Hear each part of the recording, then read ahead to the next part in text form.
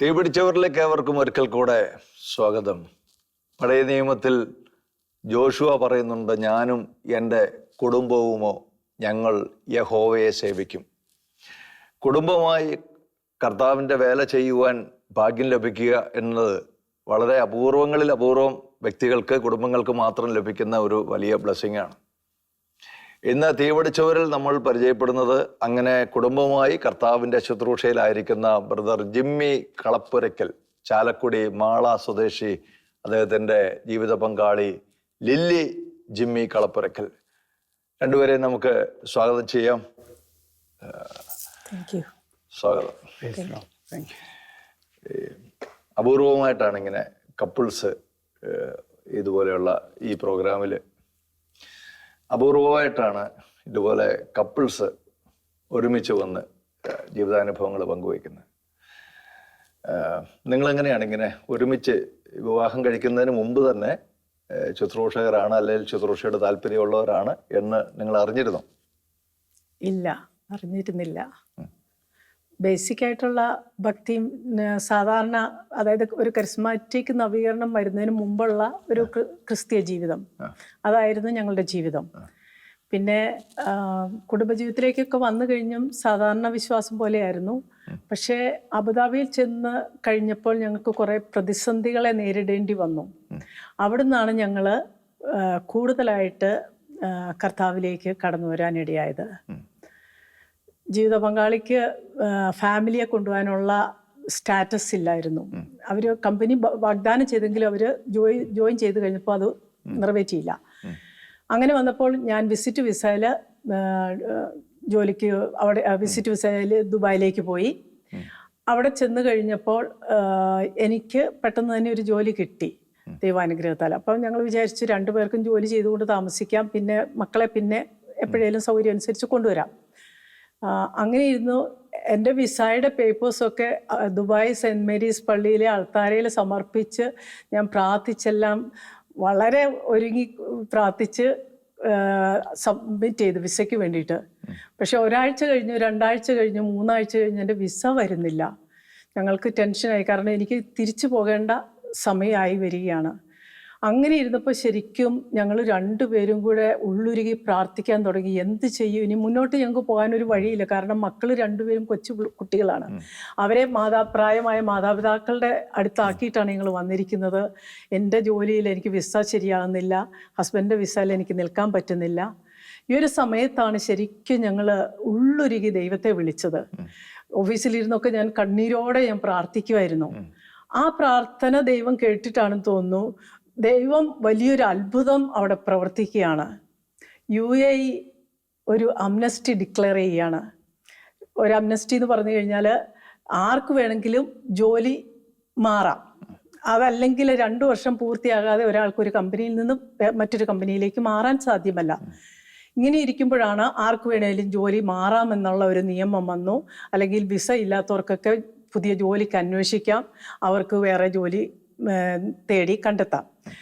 ആ ഒരു ഇത് ഞങ്ങൾക്ക് വലിയൊരു എന്താ പറയണ്ടേ, ഭയങ്കര ഒരു ആശ്വാസമായിരുന്നു. പെട്ടെന്ന് തന്നെ ജീവിത പങ്കാളി വേറെ ജോലിക്ക് അപ്ലൈ ചെയ്തു. അങ്ങനെ ജോലി കിട്ടി അബുദാബിയിലേക്ക്. ശരിക്കും പറഞ്ഞു കഴിഞ്ഞാൽ എൻ്റെ വിസ ഞാൻ ചിന്തിച്ചിരുന്നു, അൾത്താരയെ സമർപ്പിച്ച് പ്രാർത്ഥിച്ച വിസ എങ്ങനെ, വിസയുടെ പേപ്പേഴ്സ് എങ്ങനെ നഷ്ടമായി എന്ന് പലപ്പോഴും ഞാൻ ചിന്തിക്കുമായിരുന്നു. പക്ഷെ പിന്നീട് ഞങ്ങൾക്ക് മനസ്സിലായി, ദൈവം മുൻകൂട്ടി ഓരോന്നും കാണുന്നു. നമുക്ക് കാണാൻ പറ്റുകയില്ലെങ്കിൽ ദൈവത്തിന് അറിയാം നാളെ എന്താണ് സംഭവിക്കാൻ പോകുന്നതെന്ന്. ഗവൺമെൻറ് ഈ അംനസ്റ്റി ഡിക്ലെയർ ചെയ്തു. ഞങ്ങൾക്ക് ദുബായിൽ നിന്ന് അബുദാബിയിലേക്ക് ജോലി മാറാൻ സാധിച്ചു. അത് കഴിഞ്ഞപ്പോൾ പിന്നെ ഞാനും കൂടി അങ്ങോട്ട് പോകേണ്ടി വന്നു. അപ്പോൾ എൻ്റെ വിസ ശരിയായിരുന്നെങ്കിൽ പിന്നെ എനിക്ക് മാറാൻ പറ്റാതെ വന്നേനെ അബുദാബിക്ക്. അപ്പോൾ ആ ഒരു വലിയ പ്രശ്നം ഉണ്ടാകാതിരിക്കാനാണ് ദൈവം സത്യം പറഞ്ഞ എൻ്റെ പേപ്പേഴ്സ് എവിടെയോ മിസ്സാക്കി കളഞ്ഞത്. അത് വലിയൊരു ശരിക്കും ദൈവത്തിൻ്റെ ഒരു ഇടപെടലാണെന്ന് ഞങ്ങൾക്ക് മനസ്സിലാവും. ഹൃദയം നുറുങ്ങി പ്രാർത്ഥിച്ചപ്പോൾ ദൈവം നമ്മുടെ കൂടെ നിൽക്കുന്ന, നമുക്ക് വേണ്ടി അത്ഭുതം ചെയ്യുന്ന ഒരു അനുഭവത്തിൽ വന്നു. അതാണോ ശരിക്കും വാസ്തവത്തിൽ ഒരു ധ്യാനത്തിൽ പോയി പങ്കെടുക്കാനുള്ള, അല്ലെങ്കിൽ വാസ്തവത്തിൽ കർത്താവിനെ കണ്ടുമുട്ടാനുള്ള ഒരു എൻട്രൻസ് ആയിട്ട് മാറുന്നത്? അതോ അതിനു മുമ്പ് തന്നെ ചെറുപ്പത്തിൽ തന്നെ കർത്താവിനെ കണ്ടുമുട്ടിയ ഒരു അനുഭവത്തിലൂടെ വന്ന ആളാണ്? കർത്താവിനെ കണ്ടുമുട്ടിയ അനുഭവത്തിലല്ല, ഞാനെല്ലാം ചോദ്യം ചെയ്യുന്ന ഒരു വ്യക്തിയായിരുന്നു എൻ്റെ ജീവിതത്തിൽ. അതുകൊണ്ട് തന്നെ ഞാൻ എൻ്റെ മാതാപിതാക്കളും എന്നെ വളർത്തിയ സിറ്റുവേഷനും അനുസരിച്ച് ഞാൻ അതനുസരിച്ച് 10ാം ക്ലാസ് കഴിഞ്ഞപ്പോൾ ഞങ്ങൾക്ക് നല്ലൊരു കെട്ടുണ്ടായിരുന്നു. ഞാൻ സെമിനാരിൽ പോയി. ഞങ്ങൾ 6-7 പേര് ഞങ്ങളുടെ സെമിനാരി പോയ ആളാ. സെമിനാരി 6-7 പേര് സെമിനാരിൽ പോയി. 5 പേര് അച്ഛന്മാരുണ്ട്. ഞങ്ങളുടെ 2 പേര് തിരിച്ചു പോകുന്നു. തിരിച്ചു വന്നു. അതിൽ എത്ര വർഷം കഴിഞ്ഞാൽ തിരിച്ചു പോകുന്നു? ഒന്നാണ് ഞാൻ നൗഷീറ്റിലായിരിക്കുമ്പോഴാണ് തിരിച്ചു വന്നത്. തിരിച്ചു വന്നു. ഞാൻ ഷില്ലോങ്ങിൽ തിരിച്ചു പോകാനുള്ള കാരണം എന്തായിരുന്നു? തിരിച്ചു പോരാനുള്ള കാരണം എനിക്ക് നോവിഷറ്റിൽ ആയിരിക്കുമ്പോൾ ഞാൻ നല്ലൊരു കാൻഡിഡേറ്റ് ആയിരുന്നു. അതുകൊണ്ട് തന്നെ എൻ്റെ അവിടുത്തെ എവാലുവേഷനും കാര്യങ്ങളൊക്കെ ഞങ്ങൾ 5-8 പേരായിരുന്നു ഫുള്ളായിട്ട് അച്ഛന്മാരാകുന്നു. എന്നാൽ എനിക്ക് അവിടെ ഒരു സാങ്കേതികമായിട്ട് എനിക്കൊരു അസുഖം വന്നു. കാനൻ ലോ അനുസരിച്ച് 12 മാസത്തെ കംപ്ലീറ്റ് ഇത് വേണമായിരുന്നു. 12 മാസത്തെ നോവിഷേറ്റാണ് കംപ്ലീറ്റ്. അതിലേതെങ്കിലും സമയം ബെഡ് റിട്ടേൺ ആകുകയാണെങ്കിൽ നമുക്ക് റിപ്പീറ്റ് ചെയ്യേണ്ടി വരും. അങ്ങനെ ഒരു സിറ്റുവേഷൻ വന്നു. പിന്നെ ഒരു പർട്ടിക്കുലർ ഫ്രണ്ട്ഷിപ്പിൻ്റെ ഒരു മേഖല വന്നു കഴിഞ്ഞപ്പോൾ എനിക്ക് എന്നെ റീറ്റെയിൻ ചെയ്യുന്ന ഒരു മേഖല വന്നു. ആ റീറ്റെയിൻ ചെയ്യുന്ന മേഖല വന്നപ്പോൾ എനിക്ക് സെമിനാരി ലൈഫ് കണ്ടിന്യൂ ചെയ്യാൻ അവർ അച്ഛന്മാരെ സമ്മതിച്ചു എന്നുണ്ടെങ്കിലും എനിക്ക് താല്പര്യം ഉണ്ടായില്ല. ഇടയ്ക്ക് പർട്ടിക്കുലർ ഫ്രണ്ട്ഷിപ്പ് വന്നു പറഞ്ഞാൽ എന്താ മനസ്സിലായില്ല? പർട്ടിക്കുലർ ഫ്രണ്ട്ഷിപ്പ് എന്ന് പറഞ്ഞിട്ട് നമ്മുടെയൊക്കെ നമ്മള് എല്ലാവർക്കും വേണ്ടിയുള്ളതാണ്. വി കനോട്ട് ഗെറ്റ് ഓറിയന്റഡ് ഒരാളിൽ തന്നെ ഫ്രണ്ട്ഷിപ്പിലോ കാര്യങ്ങളോ. അത് സെമിനാരി അച്ഛന്മാർക്കൊക്കെ അറിയാൻ പറ്റും. അത് ഒരു വലിയൊരു കൂട്ട് ബന്ധം ഉള്ള വിധത്തിലുള്ള സെമിനാരി വിദ്യാർത്ഥികളുടെ ഇടയിൽ തന്നെ സെമിനാരി വിദ്യാർത്ഥികളുടെ തന്നെ ഞങ്ങൾ എപ്പോഴും ഒരുമിച്ച് നടക്കുകയായിരുന്നു.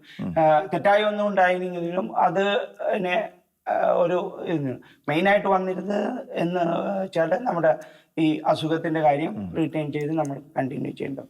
അപ്പൊ അത് ജൂനിയേഴ്സിന്റെ കൂടെ അടുത്ത വർഷം വന്നുകൊണ്ട് അന്നത്തെ കാലത്ത് ഇത്രയും വലിയൊരു ബോധ്യത്തിൽ ആയിരുന്നില്ല ഞാൻ. ഓക്കെ. അപ്പൊ അതുകൊണ്ട് തന്നെ എനിക്ക് ലീവ് ചെയ്യേണ്ടി വന്നു.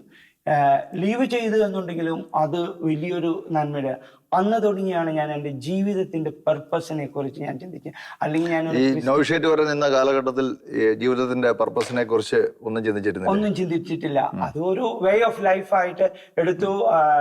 നല്ല വ്യക്തികളായിട്ടും അച്ഛന്മാരുടെ സ്റ്റാറ്റസോ അല്ലെങ്കിൽ അവരോടുള്ള ബഹുമാനവും പരിശുദ്ധ കുർബാന ഭക്തിയുടെ ഇതിലല്ല ഞാൻ സെമിനാരിൽ പോയത്. നല്ലൊരു വേ ഓഫ് ലൈഫ് എന്നുള്ള വിധത്തിലായിരുന്നു ഞാൻ അന്ന് പോയിരുന്നത്. ചിലരെങ്കിലും ഒക്കെ അതായത് കുറച്ച് നല്ല വിദ്യാഭ്യാസം കിട്ടാൻ വേണ്ടിയിട്ട് ഇംഗ്ലീഷിലൊക്കെ നല്ല പ്രാവീണ്യം നേടാൻ വേണ്ടിയിട്ടൊക്കെ 10-12 വർഷമൊക്കെ പോകുന്നവരുണ്ട്. അത് കഴിഞ്ഞിട്ട് അവർ തിരിച്ചു പോരുന്ന ഒരു അവസ്ഥ കണ്ടിട്ടുണ്ട്. പക്ഷെ അങ്ങനെ തിരിച്ചു വരുന്നവരിൽ എല്ലാവരും അല്ല, നല്ല ഒരു പങ്ക് ആൾക്കാർ ചിലപ്പോൾ ദൈവനിഷേധികളായിട്ട് സഭയോടും ഒക്കെ വലിയ വെറുപ്പും ഒക്കെ ഉള്ളവർ അങ്ങനെ പലരും കണ്ടിട്ടുണ്ട്. അപ്പം അങ്ങയെ സംബന്ധിച്ചിടത്തോളം ഈ 5-6 വർഷം സെമിനാരിയിൽ ഉണ്ടായിരുന്നെങ്കിലും തിരിച്ചു വന്നിട്ട് ഒരു ദൈവനിഷേധത്തിലേക്ക് ഒന്നും പോയില്ല എന്ന് മാത്രമല്ല കൂടുതൽ കർത്താവിനോട് അടുക്കുകയാണ്. അതിലുപരിയായിട്ട് കർത്താവിനോട് അടുക്കുകയും പൗരോഹിത്യത്തോട് എനിക്ക് വലിയൊരു ബഹുമാനം എന്ന് വെച്ചാൽ ഞാൻ അവിടെ പർപ്പസ് അന്വേഷിക്കാൻ തുടങ്ങി കഴിഞ്ഞപ്പോൾ ഇത്രയും നല്ലൊരു കാൻഡിഡേറ്റ് ആയിരുന്നു ഞാൻ പോന്നു ഈ സാഹചര്യത്തിൽ എന്നുണ്ടെങ്കിൽ അതൊരു വിളിയാണ്. അതൊരു ദൈവത്തിന്റെ വിളിയാണ്. അതുകൊണ്ട് വിളിയിലില്ലാത്ത ആരും തന്നെ അവിടെ നിൽക്കില്ല. അതുകൊണ്ട് എല്ലാവരും നമ്മുടെ പൗരോഹിത്യത്തെ കാണുമ്പോൾ ദൈവം വിളിച്ച് ചിലർ വിശ്വസ്തത പുലർത്താതെ വരും. പക്ഷെ പൗരോഹിത്യം സ്വീകരിച്ചവരെല്ലാം വിളി സ്വീകരിച്ചവരും അഭിഷേകം കിട്ടിയവരാണ്.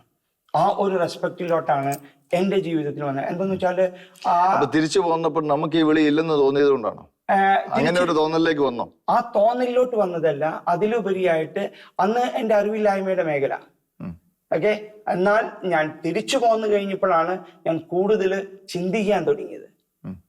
ഞാൻ ഒത്തിരി ആഗ്രഹിച്ച ഒരു കാര്യം ജീവിതത്തിൽ എനിക്ക് അത് സാധിക്കാൻ പറ്റിയില്ല. എന്നാൽ ഞാൻ അതിന് പ്രാപ്തനോ എല്ലാം ആണെന്ന് എൻ്റെ മാനുഷികമായ കാൽക്കുലേഷനിൽ കാണുമായിരുന്നു. പക്ഷെ ഞാൻ പോയിട്ട് വന്നു. എനിക്ക് ചെറിയൊരു അസുഖം വന്നു. ബെഡ് റിട്ടേൺ ആകാൻ നിരാശയൊന്നും വന്നില്ല എനിക്ക്. അതുകൊണ്ട് ഞാൻ ചിന്തിക്കായിരുന്നു, നിരാശയിൽ കൂടുതലായിട്ട് ഞാൻ ചിന്തിക്കായിരുന്നു എൻ്റെ ജീവിതത്തിന്റെ പർപ്പസും ഞാൻ എന്താണെന്നുള്ളത്. അവിടെയാണ് എനിക്ക് തിരിച്ചറിവ് കിട്ടിയ ഒരു സംഗതി. ഞാൻ എൻ്റെതല്ല. ഞാൻ ഒത്തിരി വായിക്കുകയും കാര്യങ്ങളെല്ലാം കണ്ടിന്യൂസ് ആയിട്ട് ബുക്കുകൾ അങ്ങനെ വായിക്കുന്നതല്ല, പക്ഷെ ഒത്തിരി റെഫർ ചെയ്യും. എൻ്റെ എല്ലാ സംശയങ്ങളും ഞാൻ റെഫർ ചെയ്യും.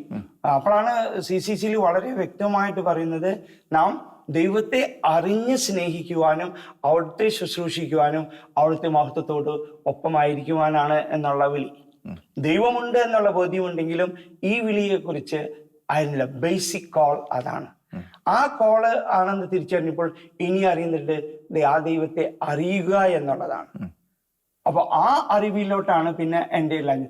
അതിനായിട്ട് എന്നെ സഹായിച്ചത് എൻ്റെ ഈവൻ അന്നത്തെ എൻ്റെ സെമിനാരി ലൈഫ് തന്നെ ബാക്കിലോട്ട് ചിന്തിക്കുമ്പോൾ അവിടുത്തെ അച്ഛന്മാരും അവിടുത്തെ പുരോഹിതരും എല്ലാവരും തന്ന സപ്പോർട്ട്, സ്നേഹം എല്ലാവരും, എൻ്റെ മാതാപിതാക്കൾ എന്നെ വളർത്തിക്കൊണ്ടുവന്ന കുർബാനയിലും കുടുംബ പ്രാർത്ഥനയിലുമുള്ള വിശ്വാസം, സ്ഥിരത, ഇതെല്ലാം എന്നിൽ ഒരുമിച്ച് കൂടി.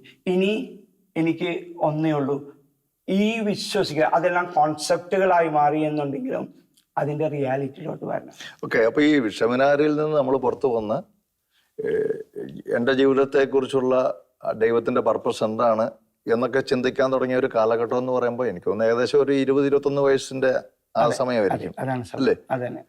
21 വയസ്സ് ആയിട്ടില്ല, 15 വയസ്സിലാണ് SSLC കഴിഞ്ഞിട്ടാണ് നമ്മൾ ആ ഒരു കാലഘട്ടത്തിൽ, ആ പ്രായത്തിൽ ഇങ്ങനെയൊക്കെ ചിന്തിക്കാൻ സാധിക്കണമെങ്കിൽ, അതായത് എൻ്റെ ജീവിതത്തെക്കുറിച്ചുള്ള ദൈവത്തിന്റെ ഉദ്ദേശം എന്താണ് എന്ന് ആലോചിക്കത്തക്ക വിധത്തിൽ നമ്മുടെ ഒരു ഭൗതിക മേഖലകളൊക്കെ അല്ലെങ്കിൽ നമ്മുടെ ചിന്താഗതികളിലൊക്കെ അത്രയും വളർന്നത്.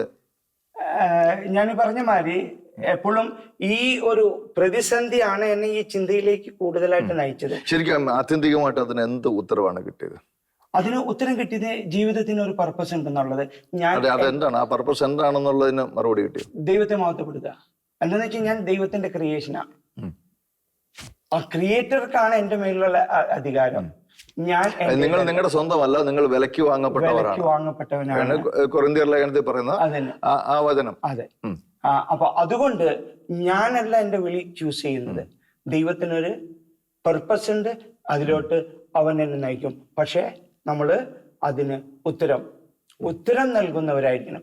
ദൈവം തരുന്ന വിളിക്ക് ഉത്തരം അതിൻ്റെതായ വിധത്തിൽ നൽകുമ്പോൾ അതിൻ്റെ ജീവിത വഴികളിൽ ദൈവം നമുക്ക് കാണിച്ചു തരും, 100% കാണിച്ചു തരും. ആ കാണിച്ചു തരലും ദൃഢപ്പെടുത്തലുമാണ് പിന്നീട് എൻ്റെ ജീവിത പങ്കാളിയിലൂടെ ആയാലും എൻ്റെ കുടുംബ ജീവിതത്തിലൂടെ ആയാലും എൻ്റെ ജോലി മേഖലയിലൂടെ ആയാലും ദൈവം എനിക്ക് അവസരങ്ങൾ ഒരുക്കിയത്.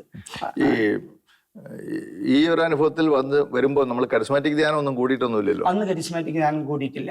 അതുകൊണ്ട് തന്നെ ഇതില് ഞാൻ ഈ പർപ്പസ്, ഇതില് ഈ അനുഭവത്തിനുള്ള ഇതിലായിരുന്നു. ഇത് ഞാൻ കുറച്ചു നേരത്തെ പറഞ്ഞ മാതിരി ഇതൊരു കോൺസെപ്റ്റായിട്ട് നിൽക്കുകയാണ്. ഓക്കെ, ദൈവമുണ്ട്, വിശ്വാസം ഒരു കോൺസെപ്റ്റായിട്ട് നിൽക്കുകയാണ് എൻ്റെ ജീവിതത്തിൽ. അതിനൊരു റിയാലിറ്റി, അതിന്റെ സെർച്ചായിരുന്നു പിന്നീടുള്ള ഇതിൽ. ആ സെർച്ചിലാണ് ഞാൻ എല്ലാം കണ്ടുമുട്ടുന്നത്. എൻ്റെ ജീവിത പങ്കാളിയായാലും ആ റിയാലിറ്റി എങ്ങനെ കണ്ടു? ദൈവം എന്ന് പറയുന്ന ആ റിയാലിറ്റി അതിനു മുമ്പ് വരെ നമുക്കിതൊരു ആശയം മാത്രമായിരുന്നു. ഈ ശരിക്കും ആ റിയാലിറ്റി എങ്ങനെയാണ് അത് തിരിച്ചറിഞ്ഞത്? അതിന്റെ ദൈവം ഒരു വാസ്തവമാണെന്നുള്ളത്, ദൈവം ഒരു വാസ്തവമാണെന്നുള്ളത് അത് ഒരു കരിസ്മാറ്റിക് ധ്യാനത്തിലൂടെ ആയിരുന്നു. ഞാൻ മസ്കറ്റിലായിരിക്കുമ്പോൾ ആദ്യം ഞാൻ പോയത് മസ്കറ്റിലാണ്. 94 ഞാൻ മസ്കറ്റിലോട്ട് പോയി. അത് വിവാഹം കഴിക്കുന്നതിന് മുമ്പാണോ അതിനുശേഷമാണോ? വിവാഹത്തിന് ശേഷം. അപ്പോ ഈ അതിനു മുമ്പ് കുറെ കാര്യങ്ങൾ നടന്നിട്ടുണ്ടാവുമല്ലോ. അതിനു മുമ്പ് വിവാഹ ജീവിതത്തില് ഈ പറഞ്ഞ മാതിരി ഈ ഇതുണ്ടെങ്കിലും ഒരു അനുഭവമില്ല എങ്കിലും ഒരു ആ സമയത്തെല്ലാം നമ്മുടെ ഉള്ളിന്റെ ഉള്ളിൽ ഒരു അന്വേഷണ ത്വരയുണ്ട്. ഉണ്ട്. ദൈവം വാസ്തവമാണെങ്കിൽ എനിക്ക് കണ്ടുമുട്ടണം, ദൈവമായിട്ടുള്ള ഒരു ബന്ധത്തിലേക്ക് വരണം. ദൈവം വാസ്തവമാണെന്നുള്ളത് എനിക്ക് ഉറപ്പായിരുന്നു. എന്താന്ന് വെച്ചാല് ഞാൻ നിരീശ്വരത്വത്തിലോട്ട് ഒരിക്കലും പോയിരുന്നില്ല. എന്താന്ന് വെച്ചാൽ എന്റെ ബേസിക് ബുദ്ധി തന്നെ എന്നോട് പറയുമായിരുന്നു there is a beginning. എനിക്ക് ആ ബിഗിനിങ് ആണ് ദൈവം. അത് വെളിപ്പെടുത്തി തരുന്നതാണ് ക്രിസ്തുവും ബൈബിളും. ഓക്കെ, അത് നമുക്ക് വെളിപ്പെടുത്തുന്നത്, അതിലാണ് അന്വേഷണം കണ്ടിന്യൂ ചെയ്യുന്നത്. പക്ഷെ ദൈവം ഉണ്ട് എന്നുള്ളത് അത് വിശ്വസിക്കാതിരിക്കുന്നത്, അല്ലെങ്കിൽ അത് എന്താ പറയാ, ആ വിശ്വാസം നിരീശ്വരത്വം എന്ന് പറഞ്ഞാൽ അത് വിഡ്ഢിത്തം, ഞാൻ അങ്ങനെ പറയും. എന്താന്ന് വെച്ച് കഴിഞ്ഞാല് ദ ബേസിക്, നമ്മൾ വേറെ ഒന്നും വിശ്വസിച്ചില്ലെങ്കിലും, യേശു ക്രിസ്തുവിൽ വിശ്വസിച്ചില്ലെങ്കിലും ദൈവമുണ്ടെന്നുള്ളത് ഇത് സൃഷ്ടപ്രപഞ്ചം തന്നെ നമുക്ക് പ്രൂവ് ചെയ്തിരുന്നു. അതിനെ നമ്മൾ റെസ്പോണ്ട് ചെയ്ത് അന്വേഷണത്തിലോട്ട് പോകുമ്പോഴാണ് ഈ അറിവിൽ നിന്നാണ് നമ്മൾ എത്തിപ്പെടുന്നത് എവിടെയെന്ന്. നമ്മൾ ഒന്നുമല്ല, ആ ദൈവത്തിന്റെ കൈകളില് അവന്റെ മഹത്വത്തിനായിട്ട് അവനോട് കൂടിയായിട്ട് അവന്റെ അത് അന്വേഷണത്തിന്റെ ഭാഗമായിട്ട് എനിക്ക് കിട്ടി. ശരിക്കും ഈ ഒരു അന്വേഷണം നടക്കുന്നതിനിടയിലാണോ വിവാഹമൊക്കെ നടക്കുന്നത്? ഈ അന്വേഷണം നടക്കുന്നതിന് ഇടയിൽ തന്നെയാണ് വിവാഹം നടക്കുന്നത്. അപ്പോൾ അങ്ങനെയാണ് വിവാഹത്തിലേക്ക് വരുന്നത്. വിവാഹത്തിലോട്ട് അതേത് വയസ്സിലായിരുന്നു? അത് എൻ്റെ 25ാമത്തെ വയസ്സിൽ ഞാൻ വിവാഹിതനായി. ഞാൻ അപ്പോഴും ഒരുവിധം. അങ്ങയുടെ വീട് തൃശ്ശൂർ ജില്ലയിലല്ലേ? മാളയിലാണ്. ഇടുക്കിയിലയുടെ അങ്ങേയറ്റത്ത് എഴുകുമയിലുള്ള ഒരാളെ എങ്ങനെയാണ് കണ്ടുകൊണ്ടത്? അതും ദൈവത്തിന്റെ ഒരു പദ്ധതിയായിരുന്നു. എന്തെന്ന് വെച്ചാല് മാളയിലായിരുന്നു ഞാൻ സെമിനാരിയനായിട്ട് പോയത്. ഷില്ലോങ്ങിലാണ് സൊല്യൂഷൻ സഭയുടെ കൂടെ. വളരെ നല്ലൊരു എക്സ്പീരിയൻസ് ആയിരുന്നു എനിക്ക് അവിടെ കിട്ടിയത്. വളരെ വലിയ ബോധ്യങ്ങളിലോട്ട് തന്നെ അത് കൊണ്ടുപോയി. അത് കഴിഞ്ഞിട്ട് സെമിനാരി ലീവ് ചെയ്യേണ്ടി വരുന്നപ്പോൾ എനിക്ക് എന്നിൽ തന്നെ, ഇപ്പൊ നമ്മൾ സെമിനാരിൽ നിന്ന് തിരിച്ചു വരുമ്പോൾ നാട്ടിൽ നിൽക്കാനൊക്കെ ചെറിയ പ്രയാസമുണ്ട്. അപ്പൊ അത് ഞാൻ നേരിട്ട്, അതുകൊണ്ട് എൻ്റെ ബ്രദർ ഡൽഹിയിലുണ്ടായിരുന്നു. ഞാൻ ഡൽഹിക്ക് പോയി അവിടെ പ്രൈവറ്റായിട്ട് ഞാൻ ബികോമിന് ചേർന്നു. ബികോം ഓണേഴ്സ് പഠിച്ചുകൊണ്ടിരിക്കുന്ന സമയത്ത് അന്നും എനിക്ക് ഈ അന്വേഷണവും ദൈവമായിട്ടുള്ള ഒരു ബന്ധത്തിലോട്ടുള്ള ആ ചായവും ഉള്ളതുകൊണ്ട് അന്നും അവിടെ ഗാസിയാബാദ് എന്ന സ്ഥലത്തായിരുന്നു.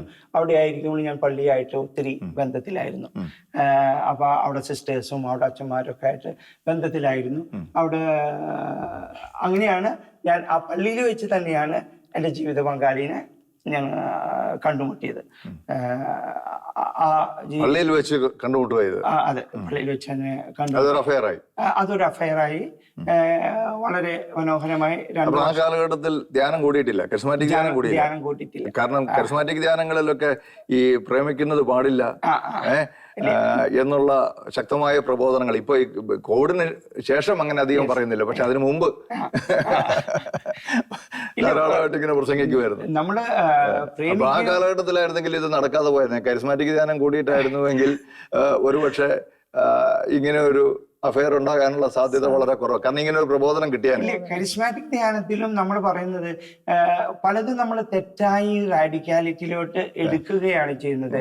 കരിസ്മാറ്റിക് ധ്യാനം നമ്മുടെ വിവേകം, ദൈവസ്നേഹം, ഈ പർപ്പസ് നമുക്ക് ക്ലിയർ ആകണം. നമ്മൾ എന്തിനാണത് ഈ പർപ്പസിനെതിരായിട്ട് പോകുമ്പോൾ ഉള്ള പ്രശ്നങ്ങളാണ്. നമ്മൾ ഒരു വ്യക്തിയുമായിട്ട് സ്നേഹബന്ധത്തിൽ ആകുന്നതിൽ ഒരു കുഴപ്പമില്ല. പക്ഷെ നമ്മൾ നോക്കണം, ആരെയും ഈ സ്നേഹത്തിൻ്റെതായ നമ്മൾ പറയില്ലേ, നമ്മൾ വീണു പോകാവുന്ന ഒരു അവസ്ഥയിൽ അങ്ങനെ ഒരു അവസ്ഥയിലേക്ക് നമ്മൾ വരരുത്. നമ്മൾ നമ്മുടേതായ തന്നെ ജീവിതത്തിന്റെ തലങ്ങളിൽ ഈ ഭക്തിയും ഇതിനുള്ള ദൈവം തരുന്നത്. അപ്പൊ എല്ലാനും ദൈവത്തിന്റെ ദാനമാണ്. ഞാൻ ആ സമയത്ത് എല്ലാനും എനിക്ക് എൻ്റെ സെമിനാരി ലൈഫിൽ നിന്ന് കിട്ടിയ ആ ബോധ്യങ്ങളാണ് എന്നെ നയിച്ചുകൊണ്ടിരുന്നത്. ഒരു നല്ല വ്യക്തിയായിട്ട് ജീവിക്കുക എന്നുള്ളത്. അതുകൊണ്ട് തിന്മ എന്നുള്ള ഒരു ആസ്പെക്റ്റിലോട്ട് ഞാൻ പോയിട്ടില്ല. അപ്പൊ ഞങ്ങളുടെ ബന്ധം അതുമാതിരി തന്നെ വളരെ പരിശുദ്ധമായിരുന്നു. നല്ലതാക്കാൻ ഞങ്ങൾ ശ്രമിച്ചിരുന്നു എല്ലാ കാര്യത്തിലും. അത് വിവാഹത്തിലേക്ക് ചെന്നെത്തുകയത്. അത് വിവാഹത്തിലോട്ട് ചെന്നെത്തുകയായിരുന്നു. അപ്പൊ വിവാഹം കഴിക്കുമ്പോൾ ഭാര്യ ഇതുപോലെ ഒരു ആത്മീയ പാത പിന്തുടരുന്ന വ്യക്തിയാണെന്ന് മനസ്സിലാക്കിയിരുന്നു? ആത്മീയ പാത ഞങ്ങളുടെ കുടുംബ ബേസ് നോക്കിയാൽ അവരെ കൊണ്ട് 2 സിസ്റ്റേഴ്സ് ഉണ്ട്. ഒരു ആത്മീയ പാത പിന്തുടരാന്ന് വെച്ചാൽ റാഡിക്കൽ ആ സ്റ്റേജിലല്ല, അതിലുപരിയായിട്ട് നമ്മൾ ഇന്ന് കാണുന്ന ഒരു ക്രിസ്തീയ കുടുംബത്തിലെ വ്യക്തികളായിരുന്നു. അതുകൊണ്ട് ബേസിക് ബോധ്യങ്ങൾ തിന്മയെ കുറിച്ചുണ്ടായി. അതുകൊണ്ട് ഞാൻ പറഞ്ഞ നിരീശ്വരത്വത്തിലോട്ടുള്ള ഇതില്ല. എന്നിൽ ഓറിയന്റഡ് അല്ലായിരുന്നു, ദൈവത്തിൽ ഓറിയന്റഡ് ആയിരുന്നു ഞങ്ങൾ രണ്ടുപേരുടെയും ലൈഫ്. അതിനെ ഒരു റിയാലിറ്റി ആക്കി മാറ്റുവാനായിട്ട് വ്യക്തിപരമായ എക്സ്പീരിയൻസിലോട്ട് വന്നത്, ഈ കോൺസെപ്റ്റിൽ നിന്ന് റിയാലിറ്റിയിലോട്ട് വന്നത്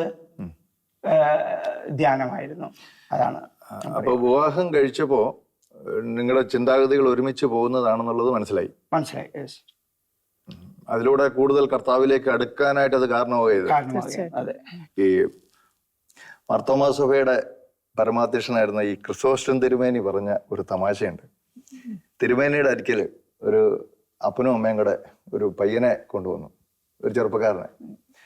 എന്നിട്ട് തിരുമേനിയോട് പറഞ്ഞു, തിരുമേനി ഇവന് വേണ്ടി പ്രാർത്ഥിക്കണം, ഇവന് ദൈവത്തിൽ വിശ്വാസമില്ല, സ്വർഗത്തിലും നരകത്തിലും ഇവന് വിശ്വാസമില്ല, അതുകൊണ്ട് തിരുമേനി പ്രാർത്ഥിക്കണമെന്ന്.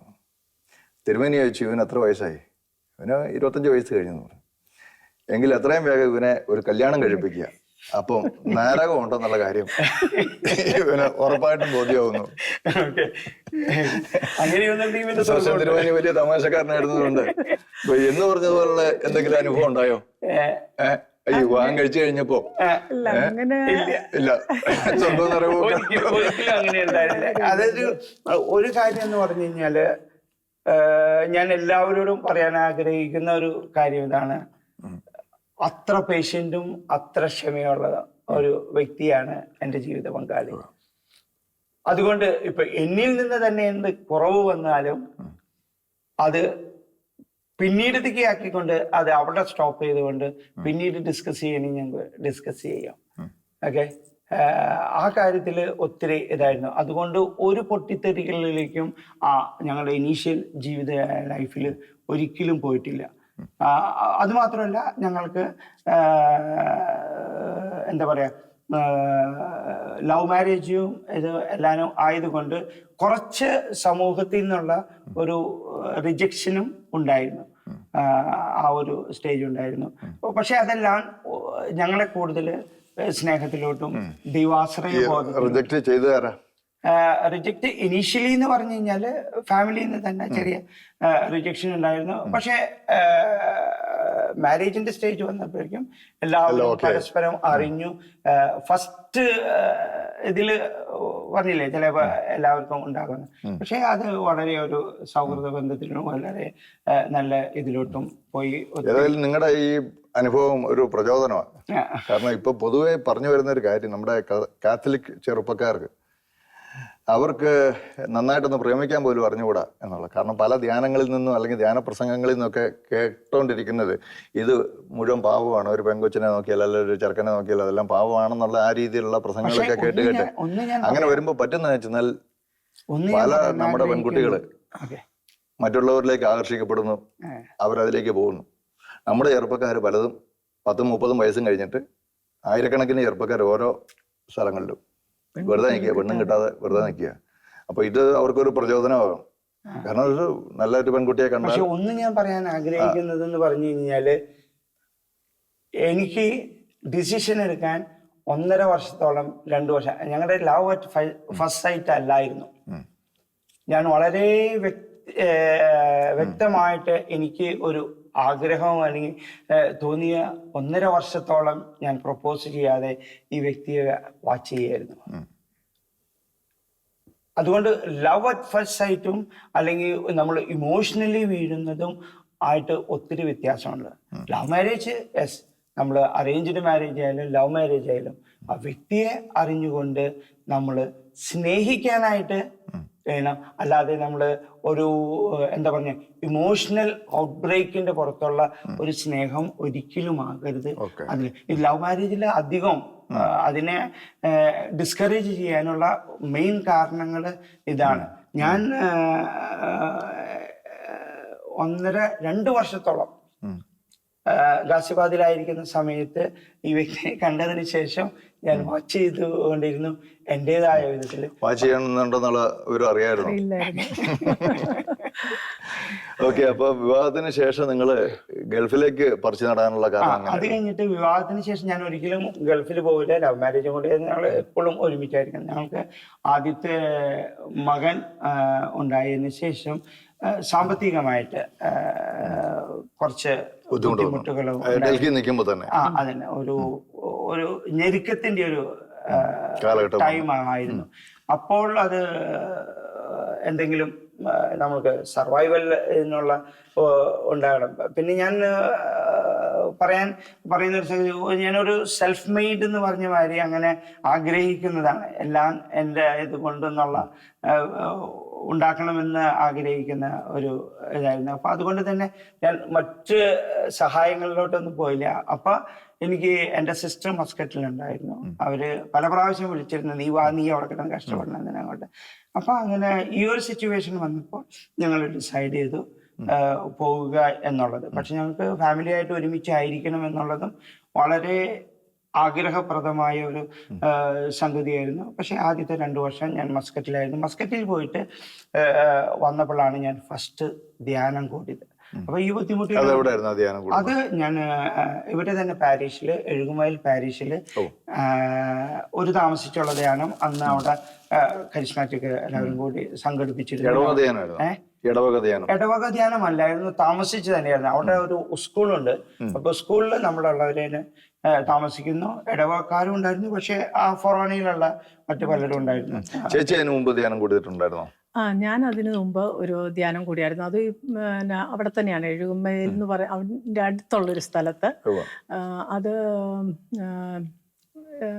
ജെയിംസ് ഊട്ടി ബ്രദർ ഇല്ലേ, ചമ്പക്കുളം, ആളുടെ ഒരു ധ്യാനം കൂടിയായിരുന്നു. പക്ഷെ എങ്കിലും ഈ ഇങ്ങനെ ഒരു തീവ്ര അനുഭവത്തിലേക്ക് വന്നിട്ടില്ലായിരുന്നു അന്നൊന്നും. ഓക്കെ. അപ്പൊ അത് കഴിഞ്ഞ് ഈ ഭാര്യ വീട്ടിൽ പോയി അവിടെ വെച്ചൊരു ധ്യാനം കൂടി. അല്ലെങ്കിൽ അധികം മുമ്പും വീണ്ടും ഞാൻ പറയുന്നു, ആ റിലീജിയസ് ഫ്ലോയില് ആയിരുന്നു. അതുകൊണ്ട് 1 ഡേ കൺവെൻഷൻസ് ഡൽഹിയിൽ നടക്കുമ്പോൾ അങ്ങനെയൊക്കെ നമ്മൾ കൂടുമായിരുന്നു. ഞാൻ അതുമാതിരി തന്നെ എൻ്റെ മാതാപിതാക്കൾ തന്ന എനിക്കൊരു റിലീജിയസ് ബേസിൽ ഞാൻ മസ്കറ്റിലായിരിക്കുമ്പോഴും ഡെയിലി കുർബാനയ്ക്ക് പോകുമായിരുന്നു. ആദ്യകാലങ്ങളിലൊക്കെ കുറെ സമയം വേസ്റ്റാക്കി കളയുമായിരുന്നു. വൈകിട്ട് ജോലി കഴിഞ്ഞാൽ വെറുതെ ക്യാമ്പിൽ പോയിരിക്കുന്ന, അപ്പൊ പുറത്തിറങ്ങി നിന്ന ഏതെങ്കിലും മാനേജേഴ്സ് ആ വഴി പോകുന്നുണ്ട്. അപ്പൊ ഞാൻ ലിഫ്റ്റ് ചോദിച്ച് അവിടെ എല്ലാവരും ലിഫ്റ്റ് തരുന്നതാണ്. ഞാൻ പള്ളി കുർബാന, അതുകൊണ്ട് എല്ലാ ദിവസവും കുർബാന അറ്റൻഡ് ചെയ്യുക. അത് വലിയ അനുഭവം എനിക്ക് ആയിരുന്നില്ല എന്നുണ്ടെങ്കിലും ഞാൻ കുർബാനയ്ക്ക് പോവുകയും പ്രാർത്ഥിക്കുകയും ചെയ്യുമായിരുന്നു. അവിടുത്തെ കരിസ്മാറ്റിക് ഗ്രൂപ്പിൽ നമ്മൾ ഇടയ്ക്കൊക്കെ പോയി പങ്കെടുക്കും. എല്ലാ വെള്ളിയാഴ്ചകളിലും അവിടെ ഗ്രൂപ്പ് ചേരുമായിരുന്നു. അവിടെ പോയി എഴുകുമയിൽ വെച്ച് ധ്യാനം കൂടിയപ്പോൾ എന്താ പ്രത്യേകത ഉണ്ടായത്? എഴുകുമയിൽ വെച്ച് ധ്യാനം കൂടിയപ്പോൾ ഈ കോൺസെപ്റ്റിൽ നിന്നെല്ലാം അതൊരു റിയാലിറ്റി ആയി മാറി. പ്രത്യേകിച്ച് ഞാൻ അന്ന് റിയാലിറ്റി എന്ന് പറഞ്ഞാൽ ഫുൾ റിയാലിറ്റി അല്ല എങ്കിലും ദൈവമുണ്ട്, ഈ പറയുന്നതൊക്കെ ശരിയാ. ബേസിക്കലി പറഞ്ഞു കഴിഞ്ഞാൽ ഭാഷാപരം. ഞാനീ പറഞ്ഞ മാതിരി ഒത്തിരി റീസൺ ഔട്ട് ചെയ്യുന്നതാ. ഞാൻ അതൊക്കെ വെറുതെ തട്ടിപ്പ് ആണെന്നൊക്കെ ഞാൻ വിചാരിച്ചതാ. പക്ഷേ അന്ന് അഭിഷേക പ്രാർത്ഥനയിൽ എനിക്കുണ്ടായ അനുഭവം വലിയൊരു അനുഭവമായിരുന്നു. എനിക്ക് സ്തുതിച്ച് പ്രാർത്ഥിച്ചുകൊണ്ടിരുന്നപ്പോൾ ഏതോ ഒരു സമയത്ത് എൻ്റെ തൊണ്ടയിടറി, എൻ്റെ നാവിനെ എനിക്ക് കൺട്രോൾ ഇല്ലാതെയായി മാറി. അപ്പം ഞാൻ പറഞ്ഞില്ലേ, ഈ ബുദ്ധിയുടെ തലത്തിൽ പിടിച്ചു നിർത്താൻ ശ്രമിച്ചു. പക്ഷെ എനിക്ക് ആ സ്റ്റേജിൽ നിന്ന് വിട്ടുപോയിട്ട് ഭാഷാവരത്തിൽ പ്രാർത്ഥിക്കാനുള്ള ഭയങ്കര ഒരു അഭിഷേകം. ഏത് കാലഘട്ടത്തിലായിരുന്നു, ഏത് വർഷമായിരുന്നു അത്? 94 ഞാൻ മസ്കറ്റിൽ പോയി. ഫസ്റ്റ് അവധിയിൽ വന്നപ്പോൾ 94 ആയിരുന്നു അവിടെ ഒരു ജൂൺ മാസത്തില്. അതിലൂടെയാണ് വാസ്തവത്തിൽ ആ ധ്യാന പ്രസംഗം കേട്ടപ്പോഴാണ്, അല്ലെങ്കിൽ ഇതുപോലെയുള്ള ഒരു പരിശുദ്ധാത്മാവിന്റെ അഭിഷേകം നമുക്ക് ലഭിക്കുന്നത് അല്ലേ? അതിലൂടെയാണ് ശരിക്കും ദൈവം ഒരു യാഥാർത്ഥ്യമാണെന്ന്, ദൈവം നമ്മുടെ കൂടെ ഉണ്ടെന്ന് അല്ലേ, ജീവിക്കുന്ന ഒരു ദൈവമായിട്ട്. ഇത് ചുമ്മാ ഒരു ആശയമോ ഒരു ഉപദേശമോ ഒരു ഫിലോസഫിയോ ഒന്നുമല്ല, വാസ്തവമായ ഒരു സാന്നിധ്യമാണ് എന്ന് തിരിച്ചറിയുന്നത് 94 കൂടിയ ധ്യാനത്തിലൂടെയാണ്, സുവിശേഷം കേട്ടതിലൂടെയാണ് അത് മനസ്സിലാക്കുന്നത്. പത്രോസ് സംസാരിച്ചുകൊണ്ടിരുന്നപ്പോൾ കേട്ടുകൊണ്ടിരുന്നവരുടെ മേൽ പരിശുദ്ധാത്മാവാണ്. ഇത് റിയാലിറ്റി ആണെന്ന് മനസ്സിലായി. അപ്പൊ അതിനുശേഷമുള്ള ഒരുപാട് സംഭവങ്ങൾ ഉണ്ടാവുമല്ലോ ജീവിതത്തിൽ. ഈ ശരിക്കും ദൈവത്തെ കണ്ടുമുട്ടിയതിന് ശേഷം, ആ ദൈവസാന്നിധ്യ അനുഭവം നിങ്ങൾക്കുണ്ടായതിനു ശേഷമുള്ള ആ അത്തരം ജീവിത അനുഭവങ്ങൾ നമുക്ക് അടുത്ത എപ്പിസോഡിൽ നമ്മുടെ പ്രേക്ഷകരുമായിട്ട് പങ്കുവയ്ക്കാം. നമ്മൾ വളരെ രസകരമായ ജീവിതാനുഭവങ്ങളിലൂടെയാണ് ഈ കഴിഞ്ഞ എപ്പിസോഡ് കടന്നുപോയതെങ്കിലും അടുത്ത എപ്പിസോഡിൽ ജീവിതത്തിന്റെ പരിവരുത്ത അനുഭവങ്ങൾ, കഷ്ടതയുടെ നാളുകളിലൊക്കെ കർത്താവ് കരം പിടിച്ച് നടത്തി വലിയ അത്ഭുതങ്ങളിലൂടെ ദൈവം നടത്തിക്കൊണ്ടുപോയ അനുഭവങ്ങളെക്കുറിച്ച് നമുക്ക് അടുത്ത എപ്പിസോഡിൽ കേൾക്കാം. അതുവരെ പ്രാർത്ഥനയിലായിരിക്കാം. കർത്താവ് എല്ലാവരെയും ധാരാളമായി അനുഗ്രഹിക്കട്ടെ.